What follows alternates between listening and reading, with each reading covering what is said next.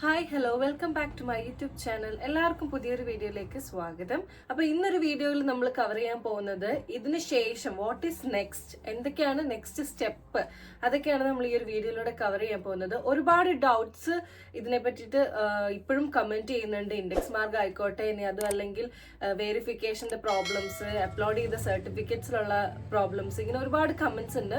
അപ്പോൾ വീഡിയോയിൽ ഉടനീളം ഓരോരോ കമന്റ്സും ക്ലിയർ ചെയ്തുകൊണ്ടായിരിക്കും വീഡിയോ കംപ്ലീറ്റ് ചെയ്യുന്നത്. അതുകൊണ്ട് ആരും തന്നെ സ്കിപ്പ് ചെയ്യാതെ കാണുക, ഫുള്ള് തന്നെ കാണുക. അപ്പൊ നിങ്ങളുടെ ഇടയ്ക്കിടയ്ക്ക് നിങ്ങൾക്കുള്ള കമന്റ്സും ക്ലിയർ ചെയ്ത് പോകുന്നതായിരിക്കും. അപ്പൊ നെക്സ്റ്റ് സ്റ്റെപ്പ് എന്ന് പറയുന്നത് ആപ്ലിക്കേഷൻ സ്റ്റാറ്റസ് ആണ്. പലരുടെയും ആപ്ലിക്കേഷൻ സ്റ്റാറ്റസ് ചേഞ്ച് ആവാൻ സാധ്യതയുണ്ട്. ചിലപ്പോൾ അത് സക്സസ്ഫുൾ ആവാം, അല്ലെങ്കിൽ റിജക്റ്റഡ് എന്ന് കാണിക്കാം, ഇനി അല്ലെങ്കിൽ വെരിഫിക്കേഷൻ പെൻഡിങ് എന്ന് കാണിക്കാം.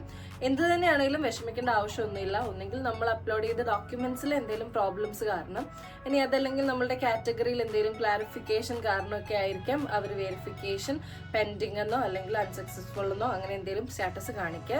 അപ്പൊ ഈ ഒരു സമയത്ത് നിങ്ങൾ വിഷമിക്കേണ്ട ആവശ്യമൊന്നുമില്ല. നിങ്ങൾക്കായിട്ട് LBS ഒരു ടൈം പീരീഡ് തരും അതൊന്ന് റെക്ടിഫൈ ചെയ്യാൻ വേണ്ടിയിട്ട്. അതിന് പറയുന്നതാണ് LBS റെക്ടിഫിക്കേഷൻ പീരീഡ് എന്ന് പറഞ്ഞ് ഒരു ഡേറ്റ് ഓപ്പൺ ചെയ്ത് തരും. ആ ഒരു പെർട്ടിക്കുലർ ഡേറ്റിൽ നിങ്ങൾ ഒന്നും കൂടെ ഓപ്പൺ ചെയ്ത്, അതായത് നിങ്ങളുടെ പോർട്ടൽ ഒന്നും കൂടെ ലോഗിൻ ചെയ്തിട്ട് എവിടെയാണോ മിസ്റ്റേക്ക് ഉള്ളത് അത് നിങ്ങൾ തിരുത്തുക. അപ്പോൾ അങ്ങനെ ചെയ്യുന്ന സമയത്ത് നിങ്ങൾ ഒന്നും കൂടെ ആപ്ലിക്കേഷൻ റിവ്യൂ ചെയ്യണം. എല്ലാ സ്റ്റെപ്പും നിങ്ങൾ ഒന്നും കൂടെ റിവ്യൂ ചെയ്ത് ഏതൊക്കെയാണോ എറർ അതെല്ലാം നിങ്ങൾ തിരുത്തുക. ഇനി അതുമല്ല നിങ്ങൾക്ക് കൂടുതൽ ഹെൽപ്പ്, അഡീഷണൽ ഹെൽപ്പ് വേണമെങ്കിൽ LBSന്റെ ഓരോ ജില്ലയിലും ഓരോ സെന്റേഴ്സ് ഉണ്ടാവും. അവിടെ ഹെൽപ്പ് ലൈൻ ഡെസ്കുകൾ ഉണ്ടാവും. അവിടെ വിളിച്ച് നിങ്ങൾക്ക് പറയാം നിങ്ങളുടെ പ്രശ്നങ്ങൾ ഇതൊക്കെയാണെന്ന്. അപ്പോൾ അവർ നിങ്ങൾക്കൊരു അഡ്വൈസ് തരും. അങ്ങനെ നിങ്ങൾക്ക് റെക്ടിഫൈ ചെയ്യാനായിട്ട് സാധിക്കുന്നതായിരിക്കും. അതുപോലെ തന്നെ ഒരുപാട് വരുന്ന ഡൗട്ട്സ് ആണ്, വെച്ച സർട്ടിഫിക്കറ്റ് മാറിപ്പോയി, കമ്മ്യൂണിറ്റി സർട്ടിഫിക്കറ്റിന് പകരം വേറൊരു സർട്ടിഫിക്കറ്റ് ആണ് അപ്ലോഡ് ചെയ്തത്, അല്ലെങ്കിൽ ഞാൻ ഈ ഒരു ഡോക്യുമെന്റ് അപ്ലോഡ് ചെയ്യാൻ മറന്നുപോയി, അല്ലെങ്കിൽ കാറ്റഗറി വെച്ചപ്പോൾ മാറിപ്പോയി, ഞാൻ ജനറൽ കാറ്റഗറി വെച്ചുപോയി പക്ഷെ ഞാൻ OBC ആയിരുന്നു. അങ്ങനെ ഒരുപാട് ഡൗട്ട്സ് വരുന്നുണ്ട്. ഒട്ടും തന്നെ വിഷമിക്കേണ്ട. നെക്സ്റ്റ് അവർ തരുന്ന ആ ഒരു ടൈമിൽ നമുക്കത് ക്ലിയർ ചെയ്യാൻ പറ്റും. ഡോക്യുമെന്റ്സ് ഒക്കെ ഒന്നും കൂടെ അപ്ലോഡ് ചെയ്യാനോ അല്ലെങ്കിൽ തെറ്റായിട്ടുള്ള ഡോക്യുമെന്റ് ആണ് വെച്ചിരിക്കുന്നതെങ്കിൽ അതൊന്നും കൂടെ നമുക്ക് റീ അപ്ലോഡ് ചെയ്യാനായിട്ടുള്ള അവസരം ലഭിക്കും. ഈ ഡോക്യുമെന്റ് അപ്ലോഡ് ചെയ്യുമ്പോൾ നിങ്ങൾ ശ്രദ്ധിക്കേണ്ട കാര്യം ഞാൻ ഓൾറെഡി മെൻഷൻ ചെയ്തിട്ടുണ്ട് പല വീഡിയോകളിലായിട്ട്.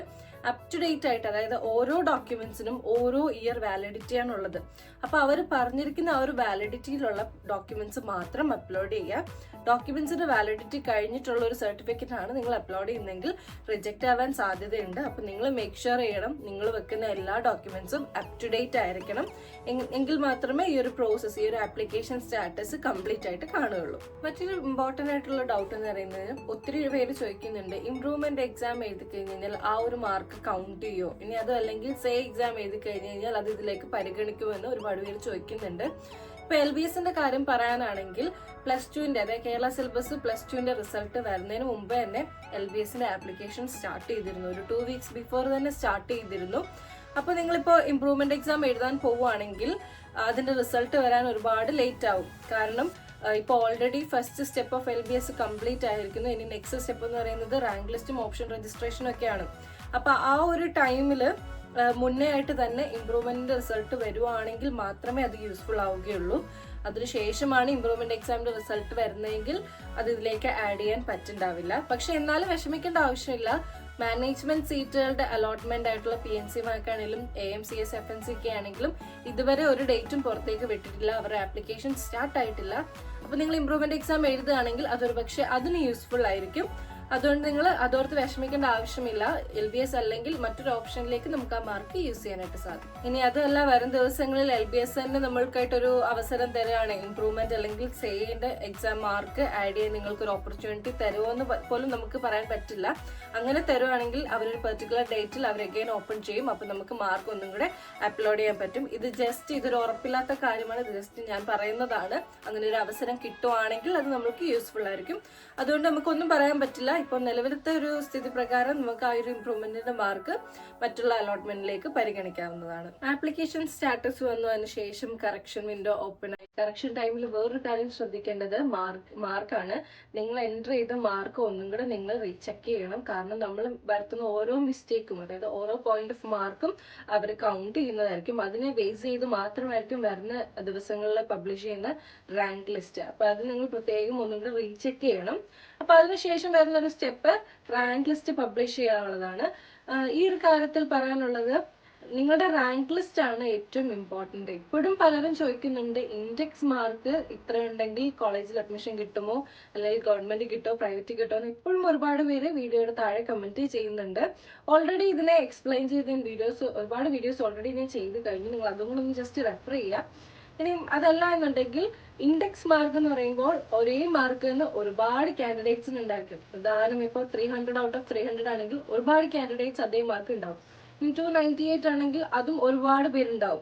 0.5 298.5 ആണെങ്കിൽ അതും ഒരുപാട് പേരുണ്ടാവും. അപ്പൊ നമ്മൾ വെച്ച കാറ്റഗറി, ഇപ്പൊ ജനറൽ ആണെങ്കിൽ ജനറൽ, OBC ആണെങ്കിൽ EWC ആണെങ്കിൽ അങ്ങനെ ഓരോ കാറ്റഗറി ഉണ്ടല്ലോ. അപ്പൊ ആ ഓരോ കാറ്റഗറിയും കൺസിഡർ ചെയ്ത് നമ്മുടെ ഓരോ പോയിന്റ് ഓഫ് മാർക്കും കൺസിഡർ ചെയ്തായിരിക്കും അവർ റാങ്ക് ലിസ്റ്റ് പബ്ലിഷ് ചെയ്യുന്നത്. അപ്പൊ അതിനെ ബേസ് ചെയ്ത് മാത്രമായിരിക്കും വരും ദിവസങ്ങളിലുള്ള അലോട്ട്മെന്റ് നടക്കുന്നത്. വൺസ് റാങ്ക് ലിസ്റ്റ് പബ്ലിഷ് ചെയ്ത് കഴിഞ്ഞാൽ പിന്നെ നമ്മുടെ മാർക്കുമായി ഒരു ബന്ധവും ഉണ്ടാകില്ല. ഓരോ റാങ്ക് ലിസ്റ്റ് അനുസരിച്ചായിരിക്കും അവരതിനെ ഡിവൈഡ് ചെയ്ത് ഗവൺമെന്റ് കോളേജുകളിലേക്ക് ഇത്ര റാങ്ക് ലിസ്റ്റ്, ഇനി അതല്ല പ്രൈവറ്റിലേക്കാണെങ്കിൽ ഇത്ര റാങ്ക് ലിസ്റ്റ് കൊടുക്കുന്നത്. റാങ്ക് ലിസ്റ്റ് വന്നു അതിന് ശേഷമുള്ള ഒരു പ്രോസസ്സാണ് ഓപ്ഷൻ രജിസ്ട്രേഷൻ എന്ന് പറയുന്നത്. ഒരുപാട് കാൻഡിഡേറ്റ്സ് വരുത്തുന്ന ഒരു മിസ്റ്റേക്ക് ആണ് ഈ ഓപ്ഷൻ രജിസ്ട്രേഷനിൽ ഒരുപാട് മിസ്റ്റേക്സ് വരുത്തുന്നുണ്ട്. അപ്പൊ അത് ഞാൻ എക്സ്പ്ലെയിൻ ചെയ്യാൻ പോകുന്നത്. അതിന് മുന്നേ പറയട്ടെ, കോളേജിന്റെ ലിസ്റ്റ് ആണെങ്കിലും ഞാൻ പ്രത്യേകം വീഡിയോ ചെയ്തിട്ടുണ്ട്. ലിങ്ക് ഞാൻ ഇതിന്റെ താഴെ കൊടുത്തേക്കാം. ഇനി അതല്ല എന്നുണ്ടെങ്കിൽ LBSന്റെ ഒഫീഷ്യൽ വെബ്സൈറ്റിൽ പ്രോസ്പെക്ടസിൽ കോളേജിന്റെ ലിസ്റ്റ് നിങ്ങൾക്ക് കാണാൻ സാധിക്കുന്നതായിരിക്കും. ഇനി മറ്റൊരു കാര്യം പറയാനുള്ളത്, ഈ ഒരു വർഷത്തെ KNC ആയിക്കോട്ടെ അല്ലെങ്കിൽ INCയുടെ അപ്രൂവൽ ആയിക്കോട്ടെ ഇതുവരെയും കോളേജുകളിൽ കംപ്ലീറ്റ് ആയിട്ടില്ല. അപ്പൊ ഇപ്പോൾ നിലവിൽ പറഞ്ഞിരിക്കുന്ന ലിസ്റ്റ് പ്രകാരമുള്ള സീറ്റ്സ് ചിലപ്പോൾ കൂടാം കുറയാം. കാരണം വൺസ് ഈ ഒരു അപ്ലിക്കേഷൻ ഓരോ കോളേജിലും കിട്ടിക്കഴിഞ്ഞാൽ മാത്രമേ തുടർന്നുള്ള അഡ്മിഷൻ പ്രൊസീജിയേഴ്സ് കംപ്ലീറ്റ് ആവുകയുള്ളൂ. അപ്പോൾ ഇപ്പൊ നിങ്ങൾക്ക് പ്രോസ്പെക്ടസിലോ അല്ലെങ്കിൽ ഞാൻ ഇപ്പോൾ തന്നിരിക്കുന്ന വീഡിയോയിലോ കാണുന്ന നമ്പർ ഓഫ് സീറ്റ്സിനെ ബേസ് ചെയ്ത് മാത്രമായിരിക്കത്തില്ല. ചിലപ്പോൾ ഈ ഒരു സീറ്റിന്റെ ഇത് കുറയാം അല്ലെങ്കിൽ കൂടാം. അപ്പൊ അതുകൊണ്ട് നിങ്ങൾ വരും ദിവസങ്ങളിൽ അപ്ഡേറ്റ് തരുന്നത് പ്രത്യേകമായി ശ്രദ്ധിച്ചിരിക്കുക. ഓക്കെ, അപ്പൊ നമ്മൾ ഇപ്പൊ ഓപ്ഷൻ രജിസ്ട്രേഷനെ പറ്റിയാണ് സംസാരിക്കാൻ പോകുന്നത്. ഓപ്ഷൻ രജിസ്ട്രേഷൻ ചെയ്യുന്ന സമയത്ത് നിങ്ങൾക്ക് എന്താണ് ആവാൻ ആഗ്രഹം? ഇതിൽ നഴ്സിംഗിന്റെ പാരാമെഡിക്കൽ കോഴ്സുകളുണ്ട്. പക്ഷെ ഞാൻ ഒരാളേ ഉള്ളൂ, എനിക്ക് ഒരൊറ്റ കോഴ്സ് ചൂസ് ചെയ്യാൻ പറ്റുള്ളൂ. എനിക്ക് ഏറ്റവും കൂടുതൽ എന്തിനാണോ ഞാൻ പ്രിഫറൻസ് കൊടുക്കുന്ന കോഴ്സ് അതായിരിക്കണം നിങ്ങളുടെ ആദ്യത്തെ ഓപ്ഷൻ. പല വീഡിയോകളിലായിട്ട് ഞാൻ ഓൾറെഡി പറഞ്ഞിട്ടുണ്ട്, നിങ്ങൾക്ക് എത്ര ഓപ്ഷൻസ് വേണമെങ്കിലും വെക്കാൻ സാധിക്കും. അത് കറക്റ്റ് തന്നെയാണ്, നിങ്ങൾക്ക് എത്ര ഓപ്ഷൻസ് വേണമെങ്കിലും വെക്കാൻ സാധിക്കും. പക്ഷെ നിങ്ങളുടെ പ്രിഫറൻസ് ആയിരിക്കണം നിങ്ങളുടെ ഫസ്റ്റ് ഓപ്ഷൻസ് എന്ന് പറയുന്നത്. ഉദാഹരണം പറയാനാണെങ്കിൽ എനിക്കിപ്പോൾ ഒരു നേഴ്സ് ആയാൽ മതി എന്നാണ് എൻ്റെ ഭാവി, ഞാനൊരു നേഴ്സായിട്ടാണ് കാണുന്നത്. അപ്പോൾ നമ്മൾ ഓപ്ഷൻസ് വെക്കുമ്പോൾ ശ്രദ്ധിക്കേണ്ടത്, ആദ്യം നഴ്സിംഗിന് ഗവൺമെന്റ് കോളേജസ് എല്ലാം, ഇനി അത് ഗവൺമെന്റ് കോളേജസ് താല്പര്യം ഇല്ലെങ്കിൽ നിങ്ങൾക്ക് സെൽഫ് ഫിനാൻസിങ് കോളേജും വെക്കാം. നിങ്ങളുടെ വീടിന് ലൊക്കേഷൻ അടുത്തോ അല്ലെങ്കിൽ ആക്സസിബിലിറ്റി വെച്ച് നോക്കുമ്പോഴോ അല്ലെങ്കിൽ റാങ്കിങ് നോക്കുമ്പോഴോ ഏറ്റവും കൂടുതൽ കൺവീനിയന്റ് ആയിട്ട് നിങ്ങൾക്ക് തോന്നുന്ന കുറച്ച് കോളേജസ് ഉണ്ടാവും. ഉദാഹരണത്തിന് ഞാൻ ആലപ്പുഴയിലാണ് എന്നുണ്ടെങ്കിൽ ആലപ്പുഴയ്ക്ക് എനിക്ക് എൻ്റെ വീടിനടുത്തുള്ള കോളേജസ് ആയിരിക്കും എൻ്റെ ഫസ്റ്റ് പ്രയോറിറ്റി എന്ന് പറയുന്നത്. അപ്പൊ അങ്ങനെ നിങ്ങളുടെ മനസ്സിൽ ഓൾറെഡി നിങ്ങൾ കുറച്ച് പ്രയോറിറ്റി കോളേജസ് സെറ്റ് ചെയ്യുക. BSc നഴ്സിംഗിന് വേണ്ടിയിട്ട് മാത്രം നിങ്ങൾ ആദ്യം കുറേ ഓപ്ഷൻസ് സെലക്ട് ചെയ്ത് രജിസ്റ്റർ ചെയ്ത് വെക്കുക. അതിനുശേഷം മാത്രമേ ഇൻ കേസ് എൻ്റെ ഈ ഒരു മാർഗിന് എനിക്ക് BSc നഴ്സിംഗ് കിട്ടിയില്ലെങ്കിൽ ഞാൻ ഏത് കോഴ്സിന് പോകും, അങ്ങനെ ഒരു സെക്കൻഡ് ഓപ്ഷനാണ് എനിക്ക് വേറൊരു പാരാമെഡിക്കൽ കോഴ്സ് എങ്കിൽ ആ ഒരു ഓപ്ഷൻ BSc നഴ്സിംഗിന്റെ ഓപ്ഷന് ശേഷം മാത്രമേ വെക്കാൻ പാടുള്ളൂ. ചിലവർ മിക്സ് ആൻഡ് മാച്ച് ആയിട്ടൊക്കെ വെക്കും. അതായത് ആദ്യം ഒരു കോളേജ് BSc നഴ്സിംഗ് വെച്ചു, അടുത്തത് വേറൊരു കോളേജിൽ MLT വെച്ചു, ഇനി അടുത്തത് വേറൊരു കോളേജിൽ ഫിസിയോതെറാപ്പി വെച്ചു. ഇങ്ങനെ നിങ്ങൾ മിക്സ് ആൻഡ് മാച്ച് ആയിട്ട് ചെയ്യുന്ന സമയത്ത് വൺസ് അലോട്ട്മെന്റ് വന്നു കഴിയുമ്പോൾ ബാക്കിയുള്ള താഴേക്കുള്ള ഓപ്ഷൻസ് എല്ലാം ഡിലീറ്റ് ആവാൻ ചാൻസ് ഉണ്ട്. അപ്പം മേലെ കിടക്കുന്നത് മിക്കവാറും പാരാമെഡിക്കൽ കോഴ്സുകൾ മാത്രമായിരിക്കും. നിങ്ങൾക്ക് പക്ഷെ പോകേണ്ടത് BSc നഴ്സിംഗിനായിരിക്കും. അപ്പൊ അങ്ങനെ ഒരു പ്രശ്നം വരാതിരിക്കാൻ വേണ്ടിയിട്ട് നിങ്ങളുടെ പ്രിഫേർഡ് കോഴ്സ് ഏതാണോ അതിന്റെ ആദ്യം ഒരു സെറ്റ് ഓഫ് കോളേജ് ലിസ്റ്റ് വെക്കുക. അതിനുശേഷം താഴേക്ക് നിങ്ങൾക്ക് ഓക്കെ സെക്കൻഡ് ഓപ്ഷൻ പാരാമെഡിക്കലായിട്ടുള്ള BSc MLT ആണ്, ഓക്കെ എന്നാൽ അതിന്റെ കുറച്ച് കോളേജ് ലിസ്റ്റ് താഴേക്ക് വെക്കുക. അപ്പൊ എല്ലാവരും ഓപ്ഷൻ രജിസ്ട്രേഷന്റെ നോട്ടിഫിക്കേഷൻ പബ്ലിഷ് ചെയ്യുന്നിടം വരെ നിങ്ങൾ വെയിറ്റ് ചെയ്യാതെ ഇപ്പൊ തന്നെ നിങ്ങൾ ജസ്റ്റ് കോളേജിന്റെ ലിസ്റ്റ് ഒക്കെ ഒന്ന് എടുത്ത് നോക്കി നിങ്ങൾക്ക് കൺവീനിയന്റ് ആയിട്ടുള്ള കോളേജിന്റെ ലിസ്റ്റ് ഒരു പേപ്പറിലേക്ക് ലിസ്റ്റ് ഡൗൺ ചെയ്ത് കോഴ്സും ജസ്റ്റ് ലിസ്റ്റ് ഡൗൺ ചെയ്ത് വെക്കുകയാണെങ്കിൽ ആ ഒരു ലാസ്റ്റ് മിനിറ്റിലെ ടെൻഷൻ ഒഴിവാക്കാൻ സാധിക്കുന്നതായിരിക്കും. കാരണം പലപ്പോഴും കാണാൻ സാധിച്ച ഒരു കാര്യം എന്ന് പറയുമ്പോൾ ആ ഒരു ഓപ്ഷൻ രജിസ്ട്രേഷൻ ടൈം അവർ ഓപ്പൺ ആക്കുന്ന സമയത്ത് എല്ലാ കാൻഡിഡേറ്റ്സും ഒരേപോലെ അക്ഷയ സെന്ററിലോ അല്ലെങ്കിൽ ഏതെങ്കിലും കമ്പ്യൂട്ടർ കഫേയിലോ പോകുന്നു. അവിടെ ചെന്ന് ഒന്നാമതേ അവിടെ ഒരു ക്രൗഡ് ആയിരിക്കും. അതിന്റെ ഒരു കൂട്ടത്തിൽ അവർ തരുന്ന ഒരു ലിസ്റ്റ്, അതായത് ഈ ഒരു പ്രോസ്പെക്റ്റിൽ ഒരു കോളേജ് ലിസ്റ്റ് തന്നെ അവർ പ്രിന്റ് ഔട്ട് എടുത്ത് വെച്ചിട്ടുണ്ടാവും. അപ്പൊ അവർ തരുന്ന ലിസ്റ്റ് നോക്കി നമുക്ക് അവിടെ ആലോചിച്ച് നമുക്ക് കൺവീനിയന്റ് ആയിട്ട് സെലക്ട് ചെയ്യുന്ന ഒരു ടൈം അവിടെ കിട്ടുന്നില്ല. കാരണം എല്ലാ കാൻഡിഡേറ്റ്സും ക്യൂ നിൽക്കായിരിക്കും അവർക്ക് അപ്ലൈ ചെയ്യാൻ വേണ്ടിയിട്ട്.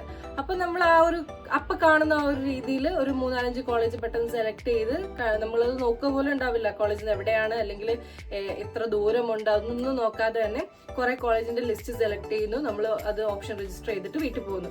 ഇതാണ് നമ്മൾ കണ്ടു വരുന്ന ഒരു പ്രവണത എന്ന് പറയുന്നത്. പക്ഷെ അത് ഒഴിവാക്കുക. കാരണം നിങ്ങൾക്ക് ഒരുപാട് ഗൈഡൻസ് പല പല വീഡിയോസിലൂടെ നിങ്ങൾക്ക് ലഭിക്കുന്നുണ്ട്. അപ്പൊ നിങ്ങൾ ആ ഒരു വീഡിയോ പ്രോപ്പറായിട്ട് കണ്ട്, ഓൾറെഡി ഞാൻ ലിസ്റ്റ് എക്സ്പ്ലെയിൻ ചെയ്തൊരു വീഡിയോ ഇട്ടിട്ടുണ്ട്. അപ്പൊ അതിൽ നിങ്ങൾ ഒന്നും കൂടെ കയറി നോക്കുകയാണെങ്കിൽ എല്ലാ കോളേജസിന്റെയും ഡീറ്റെയിൽസ് ഉണ്ടാവും. അതനുസരിച്ച് നിങ്ങൾ ഒരു പേപ്പറിൽ നോട്ട് ഡൗൺ ചെയ്തിട്ട് ഒരു ലിസ്റ്റ് സെറ്റാക്കി വെച്ചതിന് ശേഷം നിങ്ങൾ ഓപ്ഷൻ രജിസ്റ്റർ ചെയ്യാൻ വേണ്ടിയിട്ട് പോവുക. അപ്പോൾ ഓപ്ഷൻ രജിസ്ട്രേഷൻ കംപ്ലീറ്റ് ആയതിനു ശേഷം അതിന് ഫോളോ അപ്പ് ആയിട്ട് വരുന്ന ഒരു പ്രൊസീജിയറാണ് അലോട്ട്മെന്റ്, ട്രയൽ അലോട്ട്മെന്റ് എന്ന് പറയുന്നത്. ട്രയൽ അലോട്ട്മെന്റ് ടൈമിൽ നിങ്ങൾക്ക് അലോട്ട്മെന്റ് കിട്ടില്ല. ജസ്റ്റ് അവരൊരു ട്രയൽ പോലെ ഒന്ന് പബ്ലിഷ് ചെയ്ത് നോക്കുന്നതായിരിക്കാം. പലരുടെയും പേര് ചിലപ്പോൾ ട്രയൽ അലോട്ട്മെന്റിൽ വന്നു എന്ന് വരില്ല. അതോർത്ത് ആരും വിഷമിക്കേണ്ട ആവശ്യമില്ല. അത് ജസ്റ്റ് ഒരു ട്രയൽ മാത്രമാണ്. അഡ്മിഷൻ ലഭിക്കുകയില്ല. First allotment, second allotment, third allotment, ഈ 3 അലോട്ട്മെന്റുകളാണ് ഏറ്റവും ഇമ്പോർട്ടന്റ് ആയിട്ട് LBSനുള്ളത്. അപ്പോൾ ഫസ്റ്റ് അലോട്ട്മെന്റ് വന്നു, നിങ്ങൾ നോക്കുക, നിങ്ങൾക്ക് ഇഷ്ടപ്പെട്ട കോളേജ് കിട്ടിയിട്ടില്ല, നിങ്ങൾ ഹയർ ഓപ്ഷൻ പോകണമെങ്കിൽ അവർ പറയുന്ന ഒരു ടോക്കൺ ഫീസ് കൊടുത്ത് ബുക്ക് ചെയ്തതിന് ശേഷം ഫർദർ അലോട്ട്മെന്റിലേക്ക് എൻ്റർ ചെയ്യുക. ഓൾറെഡി അലോട്ട്മെന്റിനെ പറ്റിയിട്ട് ഒരു ഡീറ്റെയിൽഡ് വീഡിയോ ഞാൻ ചെയ്തിട്ടുണ്ട്. കണ്ടിട്ടില്ലാത്തവർ എത്രയും വേഗം കാണുക. മാത്രമല്ല LBSന്റെ ഫസ്റ്റ് പ്രോസസ്സ് തൊട്ട് കോളേജിലെത്തി അഡ്മിഷൻ എടുക്കുന്നിടം വരെയുള്ള ഹോൾ പ്രോസസ്സ് എക്സ്പ്ലെയിൻ ചെയ്തുകൊണ്ട് തന്നെ നമ്മളൊരു വീഡിയോ ചെയ്തിട്ടുണ്ട്. എത്രയും വേഗം കണ്ടിട്ടില്ലാത്തവർ അതും കൂടി ഒന്ന് റിവ്യൂ ചെയ്ത് വെക്കുക. അപ്പൊ നിങ്ങൾക്ക് വരും ദിവസങ്ങൾ എന്തെല്ലാമാണ് സംഭവിക്കാൻ പോകുന്നതെന്ന് മനസ്സിലാക്കാൻ സാധിക്കും. മാത്രമല്ല ഇനി ഓരോരോ അപ്ഡേറ്റ്സ് വരും ദിവസങ്ങളിൽ നിങ്ങളിലേക്ക് അറിയിക്കുന്നതായിരിക്കും. കാരണം LBS നോട്ടിഫിക്കേഷൻ വിടുന്ന സമയത്ത് തന്നെ നമ്മൾ ഡീറ്റെയിൽ ആയിട്ട് എന്തെങ്കിലും അപ്ഡേറ്റ്സ്, പുതിയ അപ്ഡേറ്റ്സ് ഉണ്ടെങ്കിൽ അത് അപ്ഡേറ്റ് ചെയ്തുകൊണ്ട് പുതിയ വീഡിയോ ചെയ്യുന്നതായിരിക്കും. അപ്പൊ ആ ഒരു പുതിയ അപ്ഡേറ്റ്സ് നിങ്ങളിലേക്ക് എത്തണമെങ്കിൽ നിങ്ങൾ ചാനൽ ഡെഫിനറ്റ്ലി സബ്സ്ക്രൈബ് ചെയ്യണം. എങ്കിൽ മാത്രമേ നോട്ടിഫിക്കേഷൻ വരികയുള്ളൂ, അപ്പൊ നിങ്ങൾക്ക് കാണാൻ സാധിക്കുകയുള്ളൂ. അപ്പോൾ വൺസ് ഈ ഒരു അലോട്ട്മെന്റ് പ്രോസസ്സ് എല്ലാം കംപ്ലീറ്റ് ചെയ്ത് കഴിഞ്ഞ് കഴിഞ്ഞാൽ പിന്നെ കോളേജ് അഡ്മിഷൻ ആണ്. ഈ അലോട്ട്മെന്റിന്റെ കാര്യം പറയുകയാണെങ്കിൽ ഒരുപാട് സ്പെഷ്യൽ അലോട്ട്മെന്റ്സും സ്പോട്ട് അലോട്ട്മെന്റ്സും നടക്കും. നമ്മുടെ സീറ്റ്സ്, കോളേജുകളിലെ സീറ്റുകളെല്ലാം ഫിൽ ആവുന്നിടം വരെ അലോട്ട്മെന്റ്സ് ഉണ്ടായിരിക്കും. പക്ഷെ ലാസ്റ്റ് മിനിറ്റ് വരെ പോകണം എന്നൊന്നും ഞാൻ ആരോടും പറയില്ല. നിങ്ങൾ തേർഡ് അലോട്ട്മെന്റിൽ നിങ്ങളുടെ ഓപ്ഷൻ സാറ്റിസ്ഫൈഡ് ആണെങ്കിൽ ഡെഫിനറ്റ്ലി ആ ഒരു ഓപ്ഷനായിട്ട് നിങ്ങൾക്ക് മുമ്പോട്ട് പോയി അഡ്മിഷൻ ഉറപ്പുവരുത്താനായിട്ട് സാധിക്കും.